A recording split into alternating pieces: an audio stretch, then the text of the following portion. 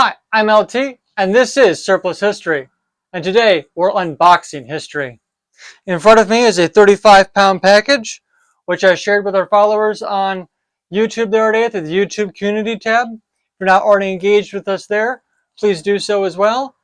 And if you haven't already, subscribe to the channel and like this video. It really helps us out. Also, you can follow us on Facebook and Instagram. So, what is in this box? Well, history, of course. So it's 35 pounds of wood and canvas. That's your hint. So if you want to make guesses in the comments, go right ahead. We're going to get into it though. And let's see what we got. So I have an event that I'm going to in a few weeks that is early Vietnam era. And the early war ones of this particular item, which I'm not going to tell you yet, are very different than the late war ones. And so I needed to find the appropriate item that would deal with 1965. That's the year we're going to be representing at this event.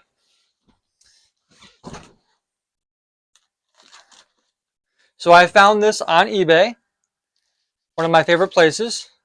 I myself also do sell on eBay, so when the collection gets to be a little bit much, I sell some things through there as well. And I'll put my store link in the description of this video. So if you want to buy some history yourself and unbox it, that'd be awesome.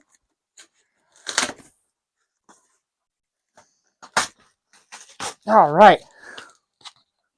Ooh, it's a box in a box. Oh, we need to cut that seam too.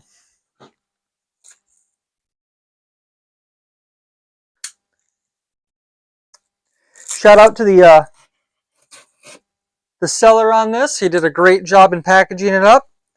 I was really kind of concerned since the item actually comes in an original box as well. It's like they glued it really well though.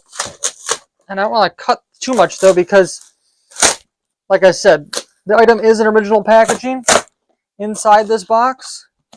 I wonder if we can slide it out. Oh yeah, we can. Hope my shop's tall enough. Ooh, ooh. Oh, that was the big reveal. Now you know what it is. Woo! Ah. There's the rest of the box. Alright, so what do we got? We have one folding wood canvas. Oh, one cot, folding wood, canvas complete with mosquito bar, frame, and mosquito bar.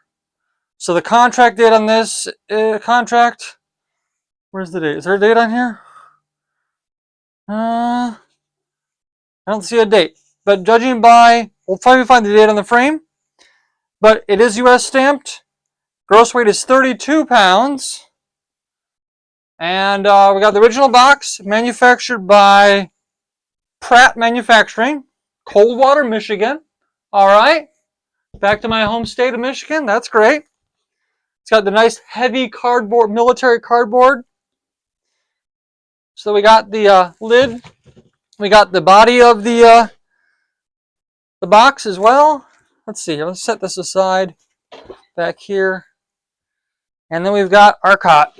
Look at that thing. Oh, yeah. It's in beautiful shape. We got some cord to hang our bug bar. I'm not sure if that's original, though. And we've got our rods. These look like to be oak. So they're much like the other rods that I have. I've got three aluminum ones that are all wartime dated as well that are back there. I had the bug bar frame for those as well. But this bug bar is pretty awesome because I don't have one like this in my collection. The other two I own, one's a brown mesh. The other one's green mesh. and they both are mesh completely, where this one is half mesh, half canvas. And I had never seen that before. But the thing is I don't do that much, post World War II Korea collecting though. So it's probably maybe it's more common than I realize. But that was one of the things that drew me to this auction was the style of mosquito net, and also it had all the pieces. So that's really cool. That's in great shape. Ooh, we have a tag. What's the tag say? Oh, it's not tag. That's tape from when it was constructed. It looks like they held it together to tape it. It looks like, or no, because that tape is sewn right into the seam there. It's like manufacturing, part of the manufacturing process or something. Interesting. All right, so let's look at this cot. So we're going to set all this behind. Any markings on the bottom side of this box? No. Oh, yeah, there is right there. Which is the box manufacturer instruction. Oh, 45. Maybe 47, 45. Maybe that's our year and date. Looks like this is a Navy Department marking on here too. So interesting. All right.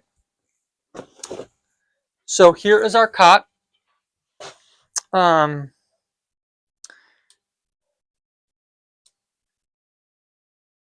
the pictures I saw of it online, it had a lot of rise in the center. So when you're stretching a cot, if the center is rising a lot from the ends, it's got a lot of good canvas tension. If you're looking at a cot in a listing, or someone says they have them for sale, and the canvas looks really dished, like it's really saggy, like a ghost is lying in it, avoid it, because that canvas is really stretched out. But this canvas was very taut, and the center was so tight that it was pulling the center up a little bit, and so that'll actually be great because I'm going to actually sleep on this. So we've got our end bars. Looks like both of these are in great shape. They've even got, ooh, that's really cool. They've even got little canvas loops stapled to each one, so that when you are looping the straps to secure the cot when it's folded up, you actually feed these loops through those to keep the bars from sliding out. All the aluminum ones they have that as well, except those are riveted in place because it's aluminum. So both of these are in really good shape. This one's got some cracks in it, but I don't think it's going to worry about that. Doesn't worry about structurally because of how the grain of these are made and where the stress points are. So if you notice, though, this is interesting, is that a lot of cots have two holes in the end bar, so you can get extra tension when it does stretch out a little bit. This, though, has one hole that goes all the way through for your bug bar. What I guess so you could do if you needed to do, because this hole's the same size, is you could just turn this and use that for your wider set of holes and then for your bug bar there, but they wouldn't go through as far. And that's really neat, is there's a little dish out here so that when you're stretching the frame into the bar, you can kind of work it out, because putting the end bar on the last one is always very difficult. And I don't really have room in the shop to assemble the cot, so maybe I'll do a short on putting together the cot, so that way you can see it and how difficult it can be, especially the nice tight cot. So let's unfold this somewhat, though, so we can maybe examine the canvas a little bit, find a mark on it maybe. So, wow, this is in great shape. You can tell there's some storage wear, and it maybe was used a little bit, but even the corners of the feet are still really quite crisp, and it's barely been dragged across any surface. There's not a lot of embedded dirt. That's going to tell me that it's not very well used. If it was used interior, not maybe necessarily in a tent. Wow, yeah, this is great stuff. Like there's some discoloration here on this leg, and that looks like it's moisture got into the wood, and then the moisture got into the metal as well, because you can see where the rust is. leached into the wood. So, so this is the underside of the cot right here that we're looking at. So this is where I expect to find any kind of makers or manufacturer's marks, if there are any to be found. Um, looking along the stitching though, that's really awesome what they've done here, because they've actually got the selvage edge is the edge of the canvas. So I'm guessing that they had canvas made to the width they wanted for these, because these are all selvaged edge. It's not a stitched edge. That's really cool. So in textile manufacturing, the finished edge of a piece of cloth is it's known as the selvage, and it's because when they're weaving and they're passing the shuttle back and forth, that last loop kind of gets folded under essentially and comes back over, so you don't have cut edges. There's no cuts on the edge. There's no loose edge. It's the length threads that are going to be cut on the other end. So these were probably woven to the exact width they wanted them to be, and then they cut them to length for that. Because if you notice on here, this edge is starting under.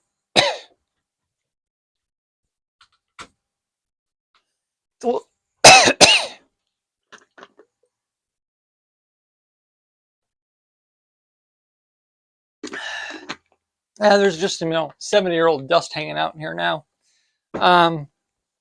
So as I said, I'm looking for a maker's mark. Let's see if I can find one. There's nothing. Oh, weird. What's that? Nope, that's just debris. So, but that looks really cool though. I'm really excited about this. That's interesting though. I'm looking at, why would you put a rivet there? I'm looking at the joint here in the center, and there is a rivet that doesn't seem to be holding or sitting on anything. That's really weird. I wonder if it's I don't know. Huh. So you can see it on this leg as well. There is a rivet that's right there that goes all the way through. It doesn't seem to be connecting anything, and it's the same thing down here. And there's probably some manufacturing reason for it. Maybe it's to prevent splitting. Kind of like when you have a split in a piece of metal and you drill a hole to stop the split further. Maybe there's preempting splitting there. I'm not sure. Because you've drilled a hole here, and I'm not sure. But so maybe hopefully tomorrow or most likely Saturday, we're gonna pull it out and we will actually fully assemble it and try it out. It's a little tight here in the shop, and it's a little dark outside where I am. So this has been pretty cool. I'm really happy with it, and I'm excited to get to use it in a few weeks. So the nice thing about these though is they fold up pretty tight, and you get it all wrapped up. You're going to wrap the canvas around.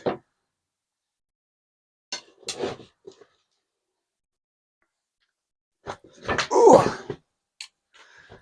I'm really curious to see how much these weigh compared to the aluminum ones.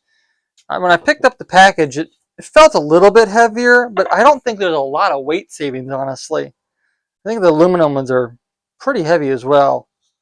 Maybe I'll do a comparison tomorrow on Saturday with that, and I wonder if they're the same size too. That'd be another curious thing to look at. So once you loop the crossbars through these little tabs here, you can then get these on here, and that goes through there, locks that in place. And then this one goes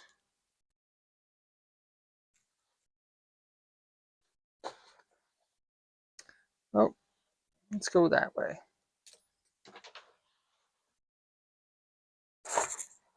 There we go.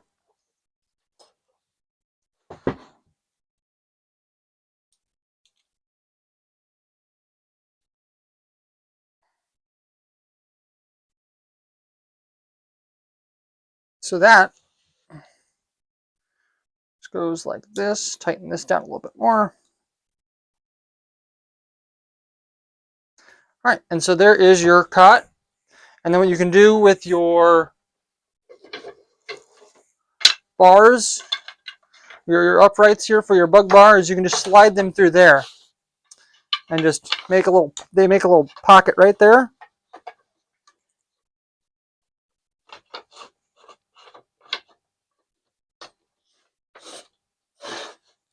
And they go under the strap and